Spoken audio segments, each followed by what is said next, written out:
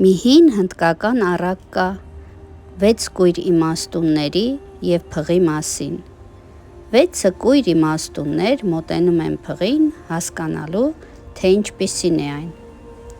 Առաջին իմաստունը բռնում է փղի կնճիթը և որոշում է, որ փիղը մեծ օձ է կամ շեփոր։ Երկրորդը դիպչում է ոտքին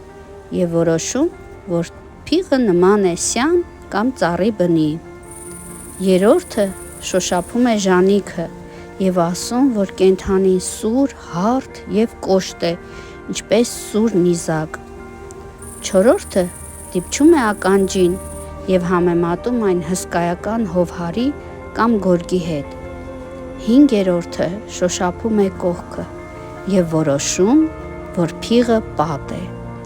Վեցերորդը բռնում է փղի պոչից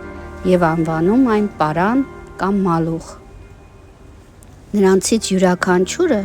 շոշափում էր միայն մեկ մասը։ Այդ պատճառով նա սկսեց վիճել մյուսների հետ,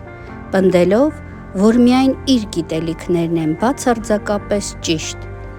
Այս պատմությունը վառ կերպով արտացոլում է մարդկային սխալ էությունը, երբ մարդիկ դատում են ամբողջ աշխարհը, հիմնվելով իրենց անձնական փորձի նեղ հատվածների վրա։ Նաև սովորեցնում է, որ մեր սուբյեկտիվ փորձառությունը, անկախ նրանից, թե որքան համոզիչ է այն թվում, միշտ սահմանափակ է և չի արտացոլում ամբողջական պատկերը,